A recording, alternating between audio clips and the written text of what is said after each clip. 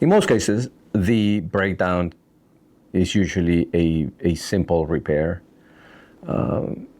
Very seldom, obviously, you have breakdowns that involve major components. But for the most part, I want to say 90+% of the time, breakdowns are usually small, inexpensive parts without breaking down. So how long that's going to be, we don't know.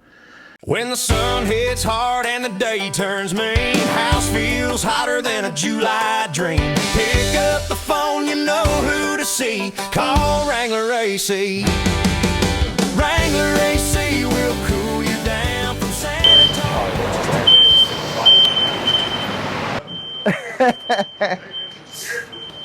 Bill, watch your head. So this thing is it wobbles, but yeah, it extends. So I'm gonna come up a little bit, watch your head.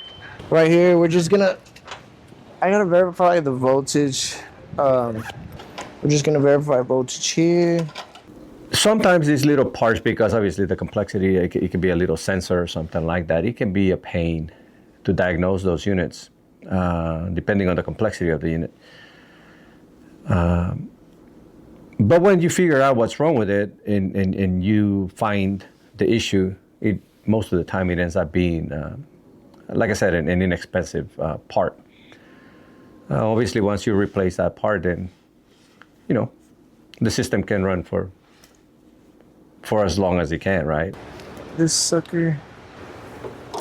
So they say that they had a lightning strike and it knocked out a couple of things. So right now the breaker's tripped.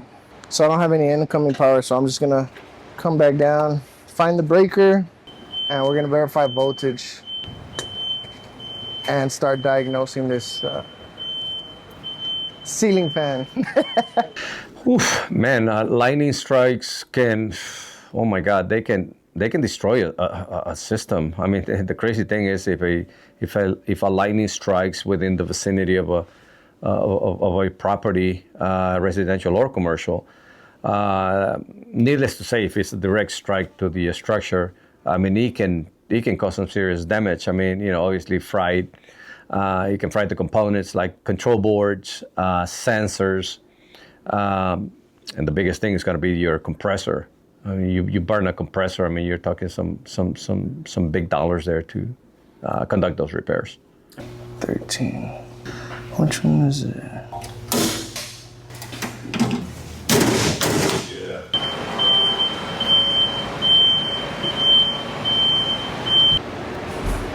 So we'll just go ahead and leave it off. We're gonna test the wires and open up the motor and make sure, because they tripped the breaker already when they tried doing it already. Yeah. So when we conduct diagnosis on pretty much on any system, and whether that can be residential, it can be commercial, we will never conduct repairs without a written approval from our customers.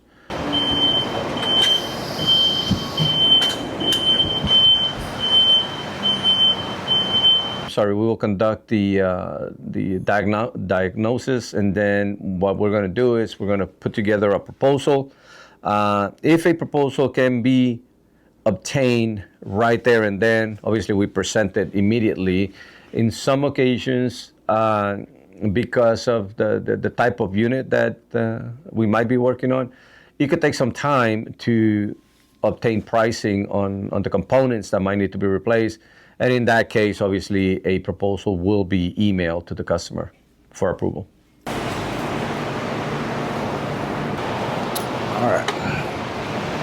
So it's a freaking ceiling fan with a big brain. Like I said, they had a lightning strike, they had a storm, and then after that storm, this wasn't working and a couple other things weren't working. If appliance doesn't have a surge protector, there's a lightning strike nearby, it's gonna fry the crap out of it. So right now we're just doing a process of elimination. It could be a bad wire from the fan to there, and that's what we're gonna build. So this is the brain. Freaking ceiling fan, bro. Right here, these are our power wires.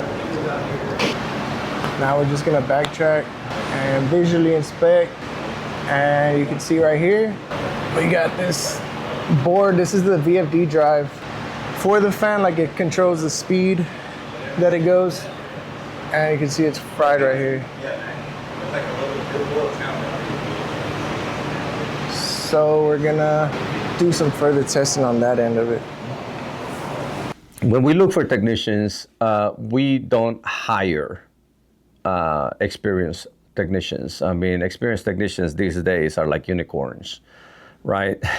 It's like that mystical figure that no one can seem to find. So we don't look for experienced technicians. What we do is we hire, fresh graduates from trade schools. And then we bring them on. We have our own school in our facility that we train them, for maybe a couple of months. And then we send them out with lead technicians, and then they can spend X amount of time on the field, you know what I mean?